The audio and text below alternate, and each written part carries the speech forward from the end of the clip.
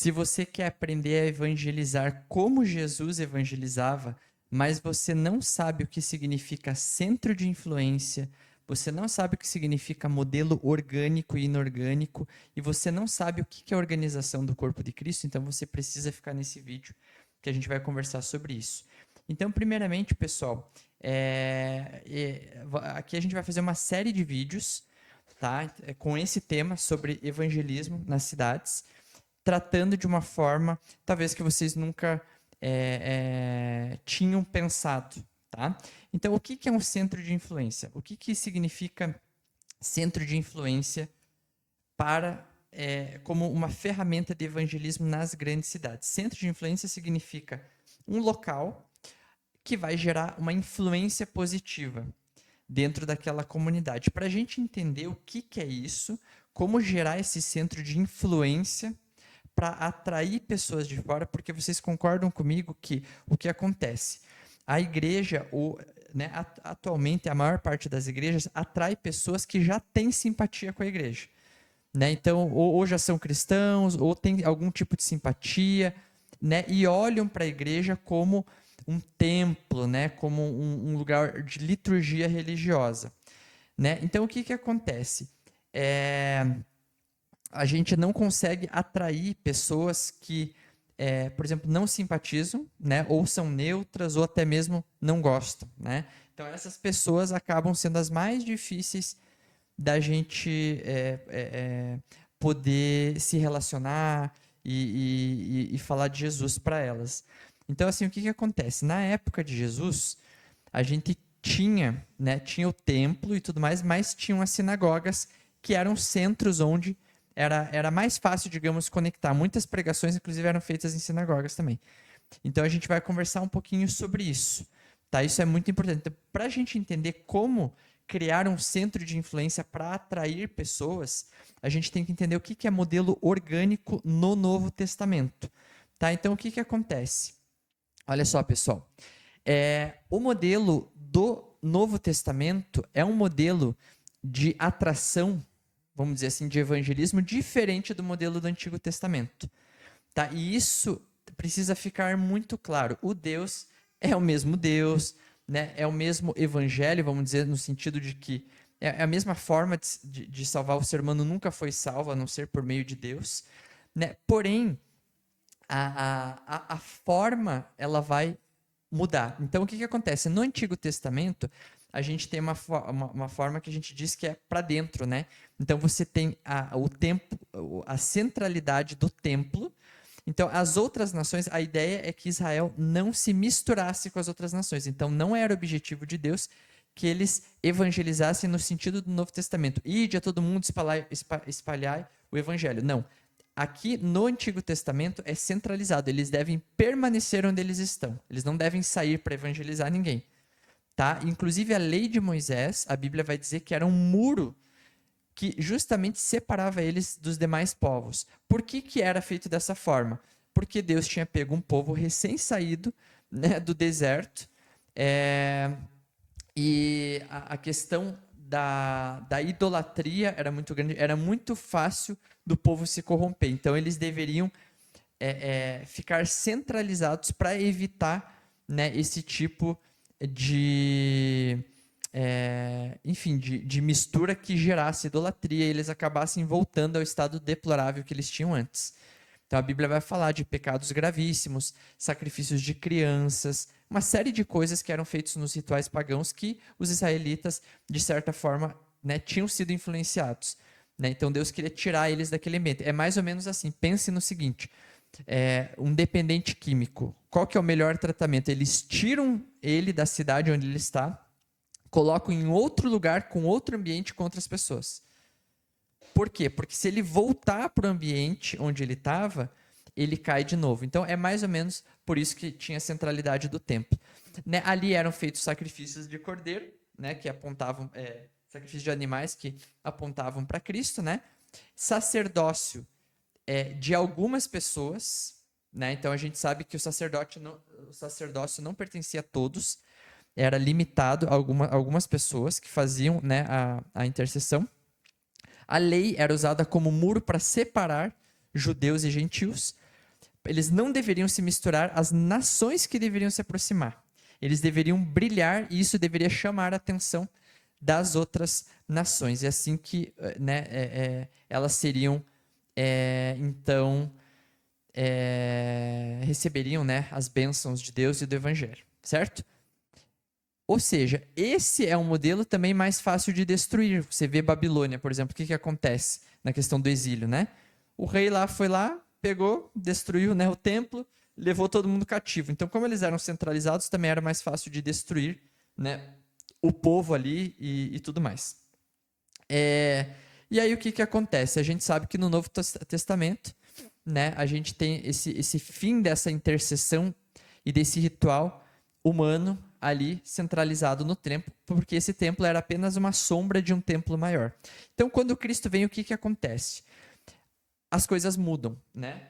Então, Jesus fala assim, ó, não vim mudar a lei e os profetas. É muito interessante, porque ele vai, ou seja, tudo permanece, só que ele permanece de uma forma diferente. Não é mais a forma mosaico, quer dizer, continua existindo templo, né?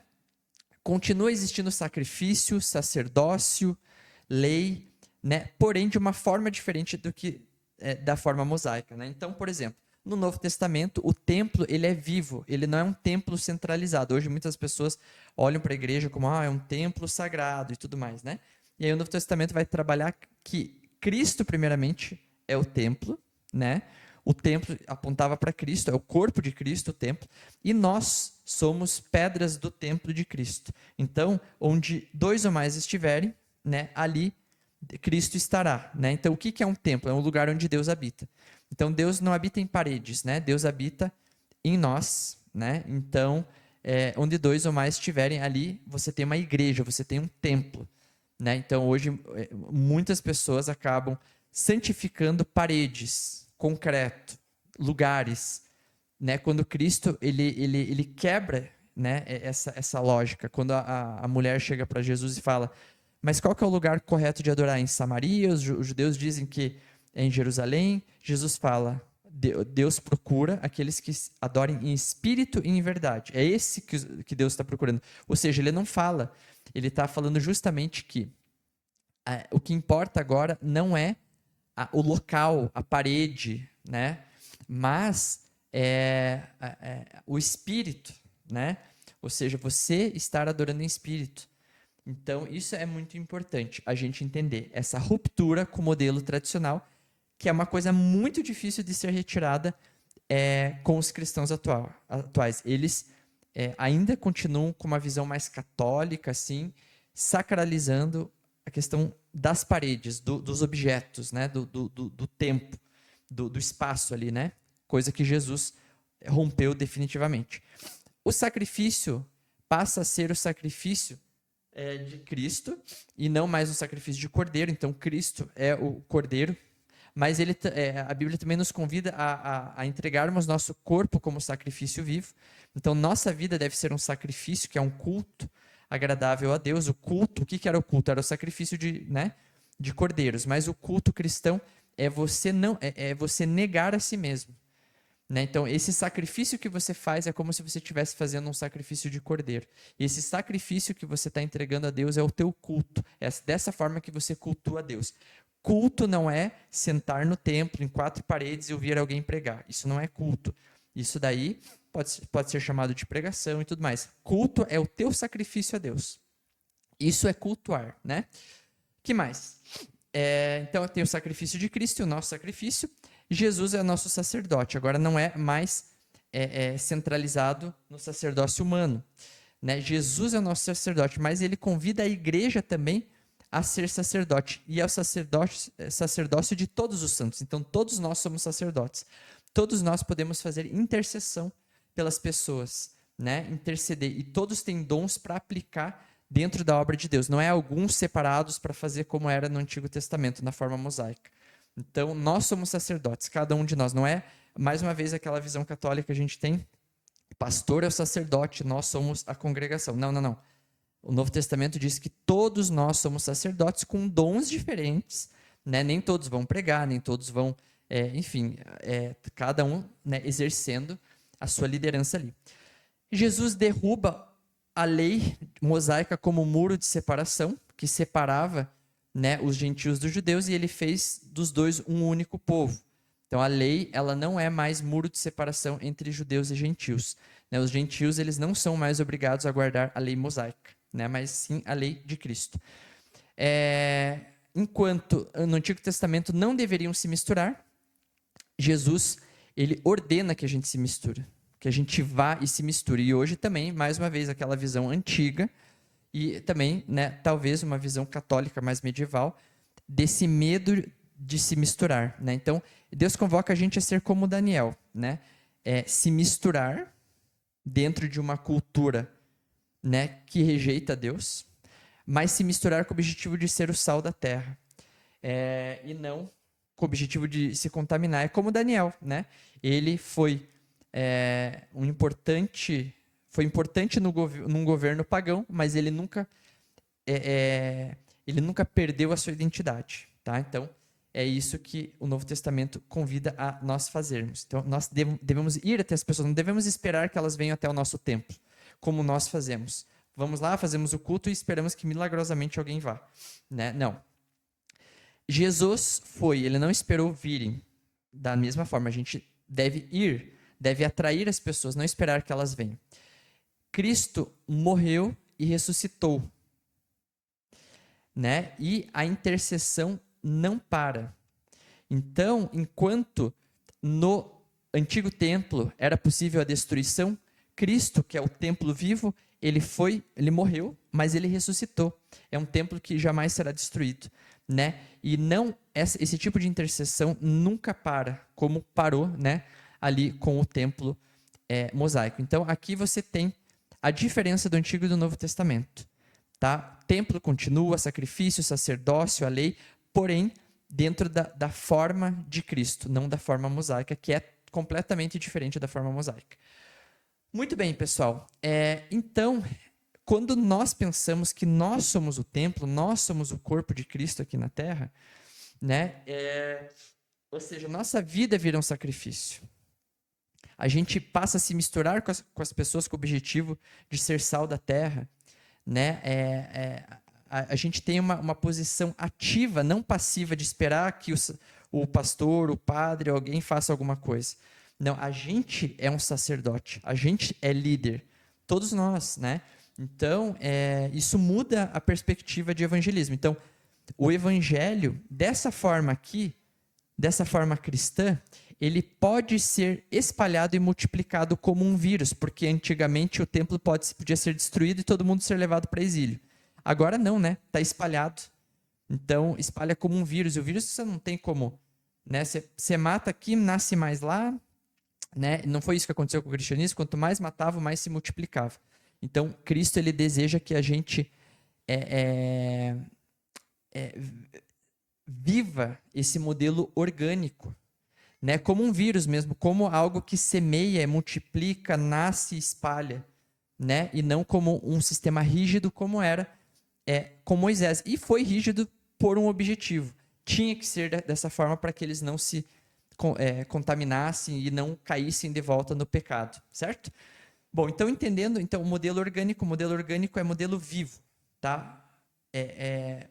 A Igreja de Deus é um organismo vivo, não é a parede, não é o tijolo, né? Mas é um organismo vivo, feito de pessoas que se multiplicam, beleza? Então, isso tem que ficar muito claro. Isso daqui é claro na teoria, mas na prática nós temos uma visão ainda do Antigo Testamento, nós temos uma visão bem católica, né? E isso atrapalha demais dentro do nosso evangelismo. Então vamos lá. Então, entendendo aqui, a gente já consegue partir para o que é um centro de influência, tá? Então, assim, como que a gente faz com que o corpo de Cristo ele realmente se multiplique e ele tenha efetividade dentro da comunidade? Então, vocês têm que pensar no corpo de Cristo como um organismo vivo. Paulo ele vai dizer que cada um de nós tem uma função dentro desse organismo. É um organismo vivo, né? Então, qual que é a função? A primeira coisa que você tem que pensar, mas qual que é a minha função dentro do corpo de Cristo? Qual é o órgão que eu sou? Qual que é a minha função? Né? Então, para isso, quando a gente vai lá para Efésios capítulo 4, do verso 11 ao 13, Paulo fala, ele ele fala dos 5 dons, tá? Na verdade, são muitos dons que Paulo fala, mais que 5. Porém, aqui, né, ele fala de forma resumida em 5 áreas, em 5 dons, tá? Que é uma estrutura, tá, muito clara da gente entender como que funciona a igreja. Então, ele fala que Deus designou alguns para apóstolos, outros para profetas, outros para evangelistas e outros para pastores e mestres, a fim de preparar os santos para a obra do ministério, para que o corpo de Cristo seja edificado. Então, para que o corpo de Cristo seja edificado, para que Deus nos prepare para o ministério, ele deu dons, certo? E ele fala que até que a igreja seja perfeita, né? Então, enquanto a igreja não é perfeita, né, esses dons são importantes para trabalhar. E como que funciona? Então, olha só, aqui, nesse gráfico aqui, você pode ver, ó, um organismo vivo, ele se nutre, primeiramente, né, uma célula, ela tem que se nutrir para poder multiplicar. Só que depois que ela se nutre, o que acontece? Ela atinge os de fora, cresce, se multiplica. Então, o objetivo, como que você sabe que a igreja está com problemas? E a gente sabe porque a igreja, né, no período de Laodiceia, é uma igreja que é denunciada por Deus, né? É uma igreja morna, certo? E nós entendemos que isso se aplica muito bem à igreja atual, uma igreja morna, fria. E qual que é um dos sintomas, um diagnóstico? A igreja não cresce. Cresce muito pouco, se multiplica muito pouco, né? Muito menos do que deveria se multiplicar. Ah, mas a igreja vai crescendo e tal. Aí a gente tem que ver quais são os motivos pelas quais uma igreja cresce. Às vezes não são os melhores motivos.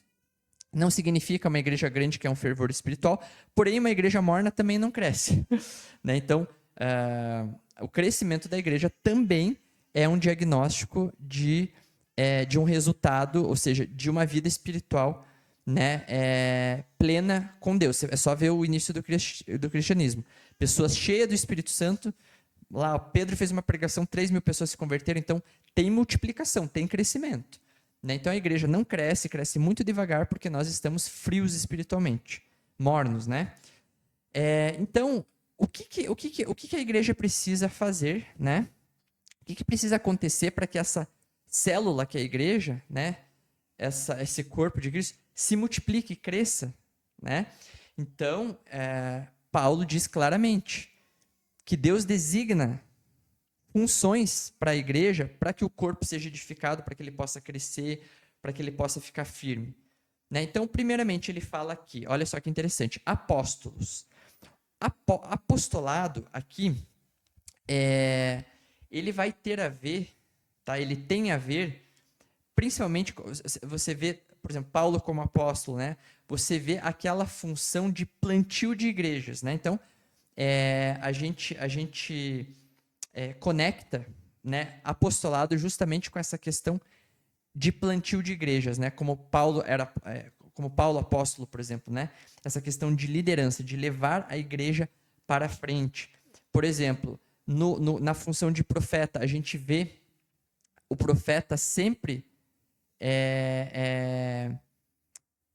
levando a igreja a se santificar e a olhar para as pessoas de fora, né? Olha, vocês têm que cuidar, né, das pessoas, dos estrangeiros, das viúvas, dos órfãos. Então, o profeta, ele vai exortar a igreja a sair do conforto, tanto em santificação própria quanto em olhar para o outro, servir o próximo, né? Então, o profeta, ele vai exortar. O evangelista, o que ele vai fazer? Ele está entre a comunidade, né, das pessoas que não fazem parte da igreja e a igreja. Então, ele é como se fosse uma porta, né, que ele está conduzindo pessoas da comunidade. É aquela pessoa que tem muita facilidade em falar de Jesus, convidar para ir para a igreja, né, falar do evangelho e tal. Então, é aquela pessoa que acaba conectando pessoas que não são cristãs ainda. E aí você tem dentro da igreja mestres e pastores. Então, os mestres são aqueles que ensinam para que a igreja não seja levada por ventos de doutrina, e os pastores aqueles que acolhem, né? Então, depois a gente pode falar com textos bíblicos em relação com mais detalhes, né? Mas o que eu quero colocar aqui é só, olha só como a igreja, quando ela está organizada com essas funções, ela funciona melhor. Então você tem dentro da igreja, dentro do corpo de Cristo, que são os irmãos, né, que frequentam, que buscam santificação com Deus, né, que estão em comunhão com Deus. Você veja, para que a igreja seja fortalecida, é preciso que haja mestres, né, que ensinem, que nutrem para que a igreja seja nutrida, e também precisa ter o conforto, como a gente fala, né, o aconchego, né, o amor, o cuidado, o pastoreio dessas pessoas, para que, né, o organismo não se desfaleça, né? Então, isso é muito importante para a igreja. Porém, se a igreja só ficar se nutrindo, é como diz Jesus, um sal que não é espalhado não serve para nada, né? Fica só no saleiro. Então, ele tem que se espalhar. A parte do evangelismo é justamente trazer a igreja para fora, para se conectar com pessoas de fora, né? Ou seja, a célula ela tem que beneficiar, o sal ele tem que ter efeito sobre o que há de fora, né? Então o evangelismo ele fica nessa porta, nessa ponte entre uma coisa e outra. E o profeta ele exorta a igreja a sair do conforto, a se santificar, tanto a se santificar quanto a sair para fora, olhar para os de fora. E o apóstolo é o empreendedor que está plantando e multiplicando igrejas. Então, hoje os pastores, por exemplo, eles ficam muito aqui, nessa aqui, ó. Imunidade, cuidar da igreja. Às vezes um pouquinho de evangelismo, com pessoas que pessoas que já têm uma simpatia com a igreja, aí é muito fácil, né? Então, assim, na verdade, até dentro de vários movimentos cristãos, você vai ver que os pastores do início desses movimentos, eles eram mais pro apostolado, mais para a multiplicação, mais para plantar igrejas, e aí eles constroem a estrutura e a própria igreja se cuida e se multiplica. Então, o pastor, na verdade, não deveria nem ser chamado de pastor, deveria ser chamado de apóstolo no sentido dessa função de plantio de igreja, tá? Então, aqui a gente vê a organização do corpo de Cristo para o ministério. Então, se a igreja está com falha em algum ponto, ou seja, ela não está se multiplicando, ela não está plantando novas igrejas, né? Os membros estão saindo, está esfriando, a igreja não está olhando para os de fora, tem muito medo de se misturar, ela quer só se santificar, mas tem medo de se misturar. Então, aqui é um problema muito grande, né? Ou não se santifica, é o contrário, né? Ela quer tanto se abrir para os de fora e ela não se santifica, ela se contamina. Então, é complicado. Né? Então, isso daqui é uma igreja saudável, tá? Então, aqui, ó, diagnóstico sobre o corpo de Cristo. Sintomas de um corpo doente. Quando a igreja é levada por ventos de doutrina, não progride no conhecimento, fica estática, né? Como uma pedra, o organismo vivo não fica estático, ele cresce, né? Mas a igreja, às vezes, poxa, tem o mesmo pensamento que 200 anos atrás, né? E eu digo assim, não de pensamento em relação, porque o evangelho é o mesmo desde sempre, mas digo assim, em progresso de conhecimento. A Bíblia é como, né, a palavra de Deus é como um tesouro que você tem que cavar para encontrar o diamante. Então as pessoas ficam, é isso daqui, tá bom, elas estão satisfeitas com pouco, né? E a gente sabe que a reforma não para e a gente deveria continuar, né, compreendendo cada vez mais da palavra de Deus. Na verdade, a eternidade a gente vai estar estudando sempre cada vez mais sobre Deus, né? E crescendo, né? Mas, não, ela fica ali parada, não tem muitos debates teológicos, fica naquela coisa mais estática. Poucos convertidos, esse é um diagnóstico ruim. Cresce pouco, não planta outras igrejas, não atinge pessoas do bairro, não atende ao necessitado. E a gente vê que isso, quase todas as igrejas a gente tem esses sintomas, né? Por isso que a igreja é chamada de Laodiceia. Então aqui a gente consegue diagnosticar qual área está com problema. Então, não está tendo plantio de igreja, está tendo uma falha no apostolado. Né? Não atende o necessitado, né? Talvez a área profética, né? Não está movendo a igreja para isso. Está sendo levada por ventos de doutrina, as pregações estão muito fracas. Né? Não está tendo acolhimento, entende? Então, isso daqui é o diagnóstico do corpo de Cristo. E para manter saudável o organismo, o que a gente precisa fazer? As pessoas precisam entender, né, em qual função, em qual área elas estão. né? Porque cada um, como Paulo fala, as pessoas não são tudo isso ao mesmo tempo, né? É um pouco de cada, mas você sempre tem uma área mais forte. Então, a igreja precisa identificar isso nos membros, a igreja precisa usar as funções que Deus determinou, quem determinou foi Deus, para que a gente use essas funções. E a gente nem sabe, se perguntar para a igreja, 90% acho que não sabe em qual área se enquadraria aqui, né? Então, assim, precisa ter consciência dentro da igreja, né? Isso daqui é algo muito importante, seria muito interessante, né? Dentro dos ministérios, a gente ter líderes de cada área, então ministérios que tem a ver com plantio de igreja, ministérios que tem a ver com reavivamento e reforma, né? A olhar para as pessoas de fora, ministérios que tem a ver com evangelismo. E é claro que os ministérios atuam em várias áreas ao mesmo tempo. Então, na verdade, você vai ter reavivamento, você vai ter ali, né, o dom profético de exortação para um reavivamento, mas você também tem os mestres, né, que por meio da palavra vão gerar reavivamento. Então, assim, não é nada engessado, estático, né? Mas é importante a gente ter consciência dessas coisas, de como funciona o organismo vivo de Deus. Então, problemas em modelos não orgânicos, tá? Que é 99% das igrejas atuais, tá? O membro não tem consciência dos dons que Deus designou para ele. Ele não tem consciência. Ele não entende que ele é um sacerdote. Ele acha que ele é um membro no sentido de membro de clube. Ele vai lá, assiste e volta para casa. Ele não entende que tem papel ativo. Por isso ele limita o ministério da igreja a tarefas tradicionais, as quais ele não sente conexão ou capacidade, tipo estudo bíblico. Eu não sei dar estudo bíblico. Ou acaba ficando inativo e não sente responsabilidade. Assume um ministério e depois desiste, porque é um ministério que não tem nada a ver com a função que Deus deu para ele. Dificuldade em identificar a raiz dos problemas da igreja. A igreja está com problema, não cresce, né? não oferta, vamos dizer assim, as pessoas estão sendo infiéis, as pessoas acham que é uma pregação que vai resolver o problema. Não é. Né? Essa identificação, o diagnóstico de qual o problema do corpo como um corpo, né? O médico faz ali o raio-x e vê, esse órgão está com problema. Então, né, aí os pastores e líderes não conseguem identificar. Às vezes, estamos com um problema na área profética, né? Estamos com um problema na área pastoral, um problema na área de evangelismo, né? Eles não conseguem ter clareza em relação a isso. Troca de papéis trazem resultados médios ou ruins. Então, inverte, né? Uma pessoa, às vezes, que não tem nada a ver com plantio de igreja, está na liderança, por exemplo, disso, né? Você inverteria os papéis dos profissionais na sua cirurgia? Vamos pegar um dentista para mexer no teu coração. Você faria isso? Não, né? E por que a gente faz isso na igreja? Rejeitando o que diz a palavra de Deus, né? Que Deus destinou uns para ser, né? Ele deu funções para cada um exercer, né? As pessoas não exercem.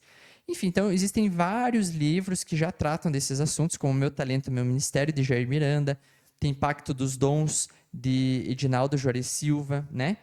E aqui, por exemplo, tem um pastor que ele fala ele fala algo muito interessante. Como, né, mudar isso? Como tirar os membros da inércia? Então ele diz assim, tirar os membros da inércia é um dos maiores desafios que a igreja enfrenta. Tirar os membros da inércia. Elas ficam esperando que os líderes façam tudo. Uma vez que aproximadamente 80% deles não estão totalmente envolvidos com seus dons de forma real. Olha só isso, 80% não está envolvido com seus dons. E vira uma igreja passiva. Queremos sair do complexo para o simples. O complexo é encher a igreja de programa. Programa disso, programa daquilo, palestra disso, palestra daquilo. O simples tem a ver com focar na pessoa. Então, nós líderes não devemos focar em encher a igreja de programação. A gente deve focar nas pessoas que existem na igreja e como que nós podemos ajudar elas a encontrarem o seu dom e potencializar para que ela exerça o ministério dela, para que todos possam exercer o seu ministério. Então, isso nada mais é do que trabalhar o sacerdócio de todos os crentes. Então, líderes precisam trabalhar o sacerdócio de todos os crentes e não encher a igreja de programação. Pois se o crente é um sacerdote, ele precisa usar seus dons na edificação do corpo de Cristo. tá? E como implementar esse modelo na igreja? Isso vai ficar para o nosso próximo vídeo. Então, a gente vai aprender como que a gente vai conseguir implementar todo esse modelo orgânico de Cristo, do Novo Testamento, né, para trazer consciência para os membros, para organizar a igreja, para fazer um diagnóstico correto e para que cada membro exerça seu ministério dentro da igreja, tá? A gente vai deixar o próximo vídeo, quando ficar pronto, na descrição, e vocês podem ir acompanhando aí toda a série completa.